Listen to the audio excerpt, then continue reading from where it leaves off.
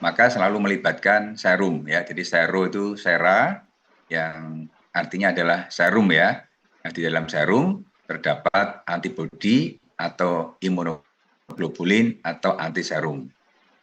Nah, biasanya di uji serologis selalu digunakan untuk mendeteksi adanya antigen ya, atau protein, atau mungkin karbohidrat ya, atau yang lain, komponen yang lain yang memang bisa bereaksi dengan antiserum yang ada di dalam serum. Nah, ternyata uji serologis ini mendasari pada reaksi imunologik ya, nanti akan diterangkan di semester 5 terkait dengan mata kuliah imunologi ya, dengan melibatkan reaksi antara antigen dengan antibodi. Jadi antigen itu kalau kita di bahasa imunologi disingkat dengan AG dan antibodi disingkat dengan AB, A besar A kecil ya, antigen A besar A G-nya kecil begitu. Baik. Nah, tentu kita bisa membedakan ya antara serum dengan plasma. Ya, jadi kalau di dalam serum itu adalah cairan darah yang diperoleh dengan cara sentrifugasi atau dibiarkan saja ya tabungnya begitu sampai darahnya membeku, nanti akan keluar cairan. Nah, cairan tadi disebut dengan serum. Nah, ya, contoh gambar di sebelah kiri ini adalah ketika kita mengambil darah ya, dengan menggunakan antikoagulan, maka darahnya tidak akan bisa membeku. Maka antikoagulan disebut sebagai zat anti pembeku darah. Ya.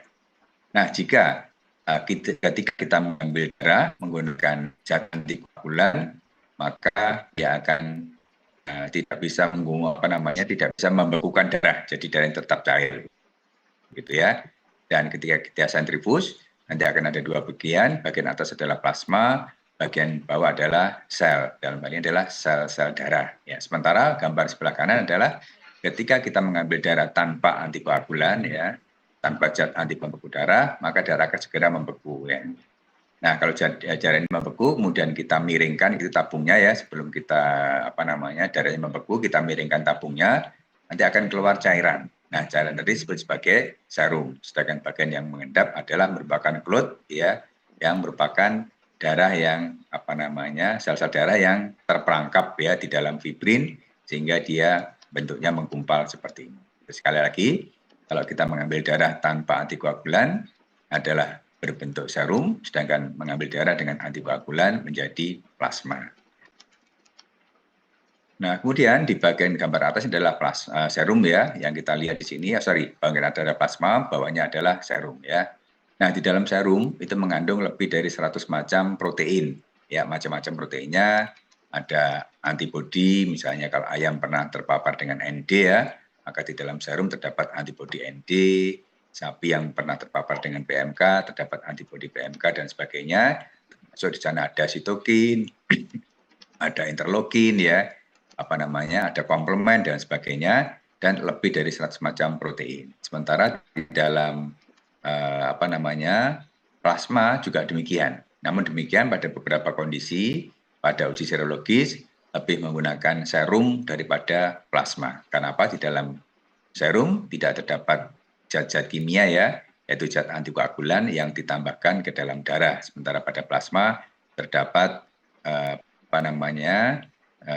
zat kimia yaitu antikoagulan yang barangkali kadang-kadang bisa mengganggu jalannya reaksi. Namun demikian pada reaksi ELISA biasanya tetap bisa menggunakan serum maupun plasma. Tapi di uji HI, hambatan limbah vaksinasi seperti diterangkan di kuliah sebelumnya ya, cukup dengan menggunakan serum. Kita bahas sekarang terkait dengan uji imunofluoresensi IF atau nama lainnya adalah fluorescent antibody technique atau FAT. Ya, jadi uji ini merupakan salah satu uji yang banyak juga digunakan, terutama kaitannya dengan rabies ya, banyak menggunakan uji fluorescent antibody technique. Nah, prinsipnya adalah di dalam uji FAT kita menggunakan zat warna fluorokrom ya, nanti akan dilabelkan, digabungkan dengan antibodi, ya, tepatnya. Kemudian antigen pada jaringan, ya, jadi misalnya terdapat jaringan paru ya, misalnya kita ingin mendeteksi virus AI pada paru gitu, maka jaringan paru kita ambil, kemudian kita potong gitu ya, tipis begitu, atau dibekukan dulu begitu, atau dibuat suspensi, kemudian diletakkan di dalam objek gelas, kemudian dibuat preparat hapus ya. Nah setelah itu ditambahkan antibodi. Nah antibodi ini adalah antibodi yang sudah berlabel zat warna fluoresen. Nah nanti akan terjadi reaksi begitu ya, munculnya warna fluoresensi bila dilihat di bawah mikroskop fluoresen. Nah, zat warna yang sering digunakan adalah yang pertama adalah fluoresen isotiosianat atau FITC ya, yang nanti akan memancarkan warna hijau apel, sedangkan menggunakan rodamin akan berwarna jingga ya, nanti kita lihat.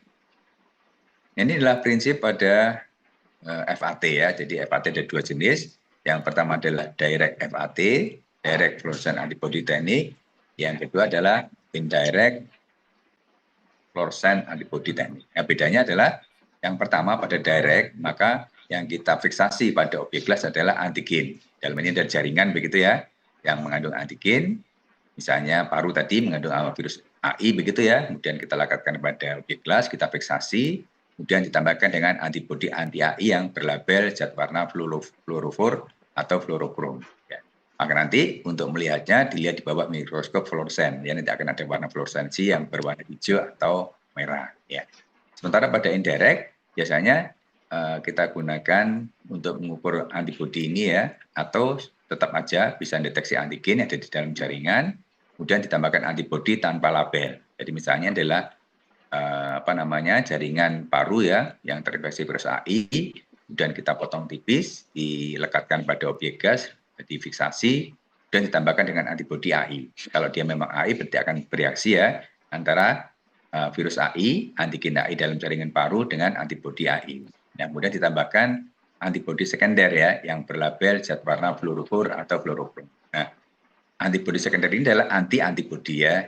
Jadi kalau yang pertama ini adalah antigen ditambah dengan antibodi anti-antigen. Sementara pada yang kedua adalah ini antigen ditambah dengan antibodi anti-antigen ditambah dengan anti-antibodi gitu ya. Sehingga terjadinya seperti itu. Jadi reaksi yang pendek terjadi pada direct FAT, yang panjang pada indirect FAT. Ya, ini ada 3 komponen, yang ini ada 2 komponen ya. Oke, baik. Nah, ini ada contoh pada direct FAT ya, di mana jaringan yang kita potong tadi letakkan pada objek gelas, kemudian difiksasi, tambahkan dengan antibodi yang berlabel zat warna fluorokrom, kemudian akan terjadi ikatan dan dilihat di bawah mikroskop fluoresen. Jadi ini adalah contoh bagaimana ketika kita membuat jaringan apus ya, yang jaringan kita potong tipis atau kita suspensi begitu, kemudian dibuat hapusan pada objek gelas dan tambahkan antibodi, kemudian kita keringkan dan setelah itu kita baca di bawah mikroskop fluoresen, tampak seperti ini ya.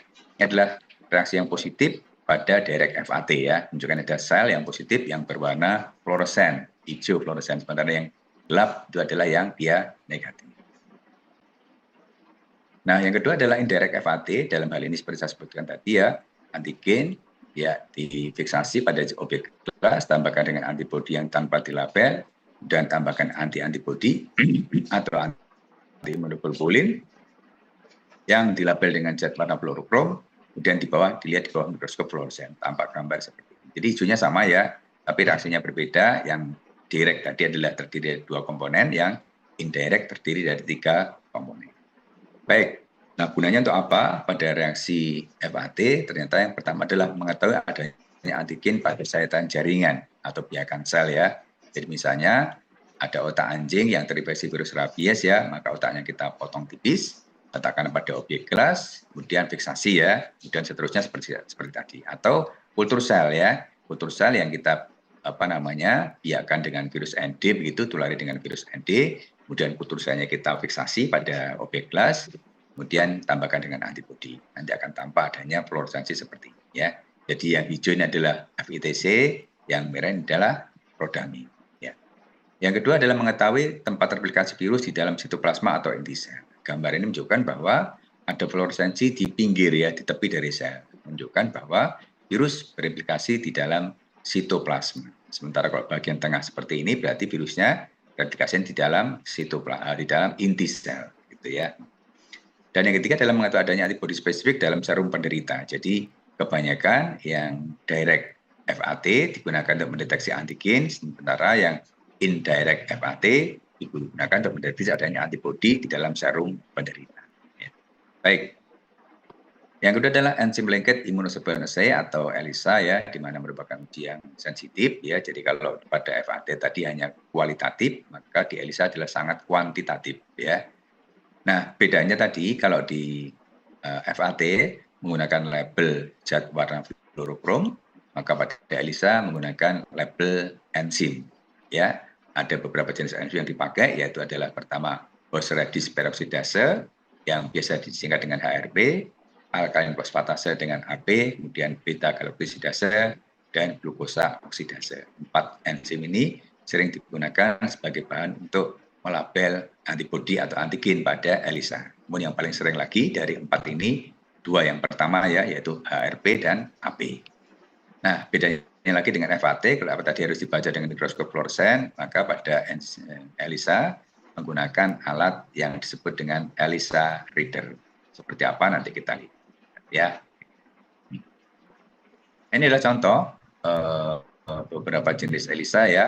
Ada ELISA yang dilabel pada antibodi, ada ELISA yang dilabel pada antigen, dan ada ELISA yang dilabel pada anti-antibodi atau anti-imunoglobulin. Contoh ya, gambar sebelah kanan adalah reaksi direct ELISA.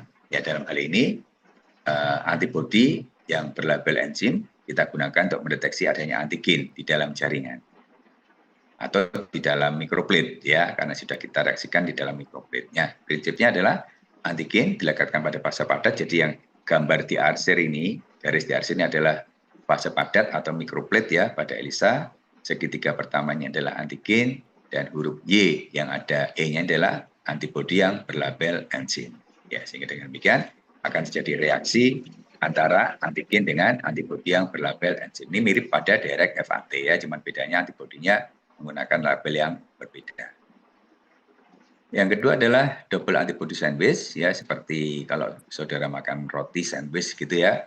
Ini roti bagian bawah, ini mungkin daging begitu ya, ini roti yang bagian atas ya. Maka pada teknik ini juga menggunakan antibodi yang berlabel enzim. Ya, misalnya kalau mungkin saudara pernah terinfeksi demam berdarah gitu ya, maka dokter akan melakukan pengujian terhadap adanya virus demam berdarah di dalam darah saudara ya, dengan menggunakan double antibody sandwich ELISA. Jadi bentuknya seperti ini. Nanti kalau positif terdapat perubahan warna ya. Oke. Kemudian yang kedua adalah pelabelan pada antigen, di mana yang dilabel adalah antigen ya, tadi dilabel pada antibody, sekarang dilabel pada. Nah, contohnya adalah uji ELISA kompetitif untuk penentuan antigen. Ya, misalnya kita ingin mendeteksi antara kalau virus misalnya apa ya yang paling gampang ya, bakteri paling sering ya. Jadi misalnya ini adalah Brucella abortus gitu ya. Ada Brucella yang ada di dalam vaksin, ada Brucella yang berasal dari lapangan, begitu ya. Maka kita siapkan antibodi terhadap Brucella tadi. Nah, kemudian antibodi ini kita letakkan pada fase padat, pada mikroplate, kemudian ditambahkan dengan antigen Brucella yang sudah kita ketahui, yaitu antigen Brucella di dalam vaksin. Ya, maka dia akan bereaksi. Nah, ketika antibodi ini sudah bereaksi dengan antigen yang berasal dari lapangan, kemudian ditambahkan antibodi yang antigen yang kita label dengan enzim. Maka nanti kalau dia menempel di sini, kalau antibodi ini sudah terikat oleh antigen lapangan, maka antibodi vaksin yang dilabel tidak akan bisa nempel di sini. Ya, artinya terjadi blocking gitu ya. Maka disebut dengan ELISA kompetitif antigen. Ya, sekali lagi, jadi antibodi ini, antibodi anti Brucella kita lekatkan pada mikroplate, kemudian ditambahkan sampel yang berasal dari lapangan, ya, yang diduga mengandung Brucella abortus isolat lapangan. Kemudian setelah terikat ini, maka tambahkan ini ya, tambahkan Brucella abortus yang ada di dalam vaksin. Ya, maka kalau dia terikat, maka bentuknya seperti ini ya. Kalau ini sudah terikat oleh ini, maka ini nggak bisa ngikat di sini. Ya, sehingga disebut dengan ELISA kompetitif antigen. Ya. Nah, berikutnya adalah indirect ELISA yang dilabel adalah anti-imunoglobulin atau anti-antibody. Perhatikan gambar ini.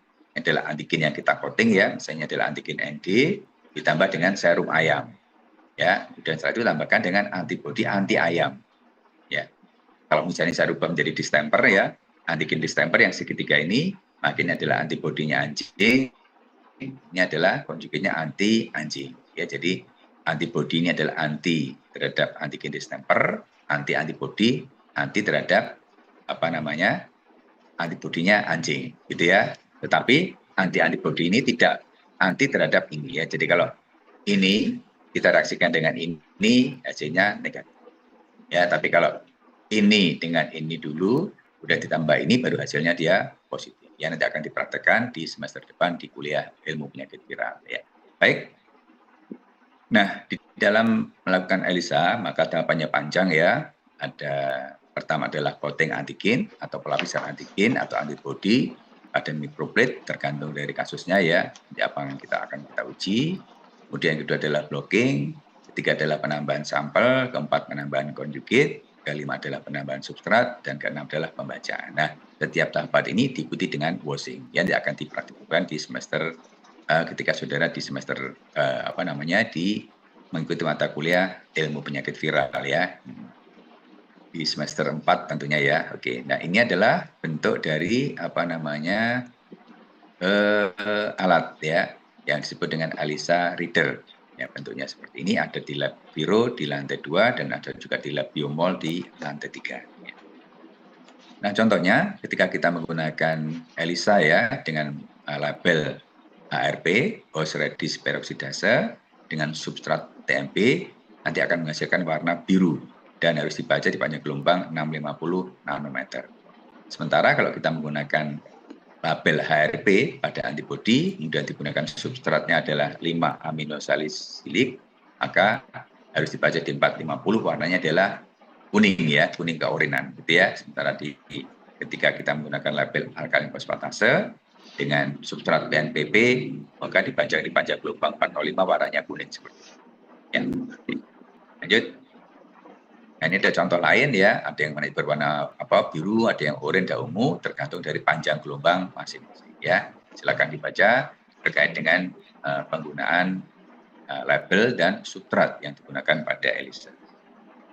Nah, yang ketiga adalah radioimmunose yang seringkali kita gunakan untuk deteksi kebuntingan ya pada sapi, misalnya yang sapi bunting yang menghasilkan progesteron atau kuda bunting yang menghasilkan prostaglandin ya, PGF2 alfa dan sebagainya, begitu maka bisa kita buat patokan untuk mendeteksi adanya hormon di dalam, biasanya di dalam air kencing ya, urin begitu ya. Nah, prinsipnya bersama dengan tadi menggunakan zat radioaktif. Jadi yang dilabel ini adalah antibodi, kita label ya, tanpa dilabel, sementara ini antigennya dilabel dengan zat radioaktif. Nanti akan direaksikan antara antibodi, kemudian ini antigen, ini adalah antibodi yang berlabel. Nanti mana yang lebih duluan ya, kalau yang mengikat ini duluan, berarti ini nggak bisa mengikat. Kalau yang mengikat ini duluan, kalau ini tidak terikat, maka ini akan mengikat di sini ya. Dan nanti akan terjadi reaksi positif atau negatif ya.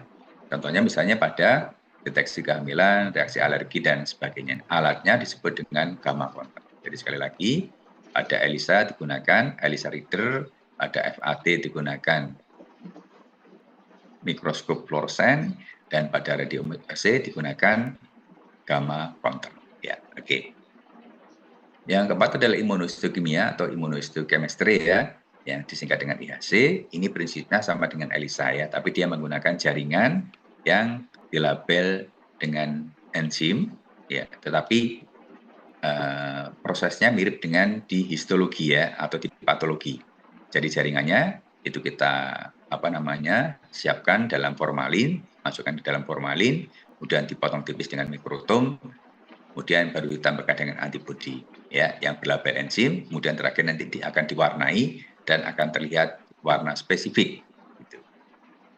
Nah, prinsipnya seperti ini ya. Ini adalah jaringan difiksasi ya di dalam formalin ya, kemudian dimasukkan ke dalam alat ya yang disebut dengan mikrotom begitu ya. Dan dipotong tipis begitu. Kemudian setelah itu dilekatkan pada objek gelas ini, kemudian fiksasi dengan penambahan alkohol bertingkat gitu ya. Kemudian setelah itu ditambahkan dengan antibodi, ditambahkan dengan konjugate, diwarnai dan dilihat di mikroskop cahaya. Ini mikroskop biasa ya. Peristiwa seperti ini adalah jaringan di dalam antigen di dalam jaringan ya. Kemudian selama di proses pemotongan pada proses patologi atau histologi ya, dipotong dengan mikrotom halus, letakkan pada objek gelas, kemudian tambahkan antibodi primer, misalnya ini diresai pada paru gitu ya. Parunya kita masukkan dalam formalin, kemudian bekukan ya, difiksasi dulu, kemudian letakkan pada objek gelas, tambahkan antibodi anti-AI yang berasal pada ayam misalnya, kemudian ditambah dengan antibodi terhadap ayam, dan dikasih label ya, dan terakhir akan diwarnai. Maka nanti akan terjadi perubahan warna seperti gambar berikut. Nah, contohnya yang atas ini adalah otak anjing ya, yang menderita rabies, dan ketika dipotong tipis, difiksasi pada objek gelas, kemudian ditambahkan antibodi spesifik dan antibodi dan diwarnai menjadi seperti ini. Yang warna merah ini adalah virus rabies yang ada di dalam otak. Sementara yang bawah adalah gambar sel kontrol ya, otak normal yang di dalam tidak terdapat virus rabies. Ya, jadi uji IHC ini seringkali digunakan, dimanfaatkan untuk mendeteksi adanya antigen yang terdapat di dalam jaringan. Ya, jadi prinsipnya hampir sama dengan ELISA. Ya, oke. Nah, berikutnya adalah immunoblotting, di mana immunoblotting adalah satu teknik baru ya, yang digunakan untuk mendeteksi kegunaannya. Yang pertama adalah mendeteksi berat molekul protein dari suatu whole molekul. Yang ketiga, ada beberapa kegunaan yang sangat penting untuk immunoblotting. Nah, pada saat kita melakukan immunoblotting, maka tahap pertama ada dilakukan dulu SDS base, yaitu pemisahan atau preparasi protein ya dengan SDS base, sodium glucosil sulfat polyacrylamide gel electrophoresis. Kemudian setelah dilakukan SDS base, kemudian protein pada SDS base dipindah ke kertas membran nitroselulose. Nah, setelah itu ditambahkan dengan antibodi dan konjugate, ini juga prinsipnya sama dengan ELISA ya. Kemudian divisualisasi dengan menggunakan substrat ya. Kemudian nanti akan muncul warna, yaitu pada patient blood ya, jika digunakan antibodi yang spesifik. Ya, gambarnya seperti ini. Ya, ini adalah contoh alat SDS base ya. Maka ketika kita lakukan ini adalah gel ya. Di dalam gel kita cetak begitu, kemudian sebelum kita tuangi dengan gel, maka ini kita pasang sisir dulu ya. Sisirnya sisir khusus ya untuk SDS base, kemudian kita masukkan gelnya tadi, cair ya, biarkan sampai membeku. Nah, setelah membeku, kemudian nanti sisirnya atau komnya ditarik gitu ya. Maka di sini akan terdapat lubang-lubang. Nah, lubang tadi tempat untuk menempatkan sampel. Misalnya lubang 1 ya, 2, 3, 4, 5, dan 10. Nah, setelah dimasukkan sampel, kemudian nanti alat ini dihidupkan ya dengan ada katoda negatif dan ada positif ya, dan terjadi reaksi dan akan terjadi pergerakan protein. Maka nanti setelah berakhir akan terjadi pemisahan protein, gitu ya. Proteinnya memisah sesuai dengan berat molekul. Ya. Nah, setelah itu nanti akan tampak gambar seperti ini. Contoh misalnya kita melakukan SDS base dengan virus rabies ya. Maka setelah dilakukan cara seperti tadi, ini akan terbentuk pita seperti ini ya. Contoh ini adalah marker, ini adalah penanda yang kita gunakan sebagai kontrol. Sekarang ini adalah virus rabies yang berasal dari vaksin misalnya begitu ya.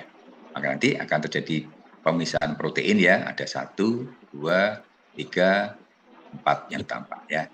Nah, kemudian setelah dari situ gel tadi ya, setelah positif diwarnai dengan komasi blue maupun dengan perak nitrat, maka dia akan membentuk band seperti ini. Nah, band ini kemudian kita transfer ya ke kertas membran nitroselulose seperti ini. Jadi protein tadi garis ya, jadi garis ini disebut dengan band ya. Band ini kemudian kita transfer ke dalam kertas membran nitroselulose sehingga tampak seperti ini ya. Ada garis-garis ini. Nah, garis ini kemudian kita reaksikan lagi dengan antibodi primer, kemudian dengan antibodi sekunder yang berlabel enzim, kemudian diwarnai dengan zat warna. Akan tampak gambar seperti ini. Jadi yang kiri adalah SDS base ya, yang tampak di sini protein yang sudah dipisahkan tadi, misalnya protein rabies ya, akan terpisah menjadi band-band tadi, kemudian reaksikan dengan antibodi akan menghasilkan. Ini menunjukkan bahwa ada reaksi spesifik antara protein dengan antibodi ya yang kita gunakan sebagai penanda Western blot ya. Oke. Nah, yang pertama tadi adalah Western blot ya. Tadi Western blot ya. Kalau Western blot prinsipnya seperti itu, maka pada saat kita melakukan blood blot ini lebih sederhana lagi ya. Jadi protein misalnya terdapat pada virus ND, kita teteskan pada kertas membran nitroselulosa, tambahkan antibodi dan konjugat, kemudian diwarna. Nanti akan terbentuk seperti ini. Jadi bedanya yang ini adalah Western blot, yang gambar kanan, yang bawahnya bulat-bulat ini ya. Jadi kalau baik, kemudian berikutnya adalah uji netralisasi, virus netralisasi tes ya.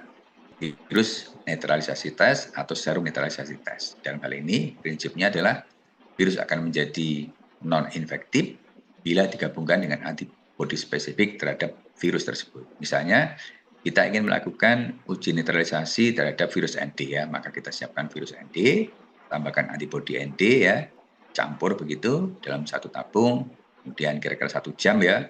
Nah setelah itu baru campuran tadi kita masukkan ke dalam kultur sel.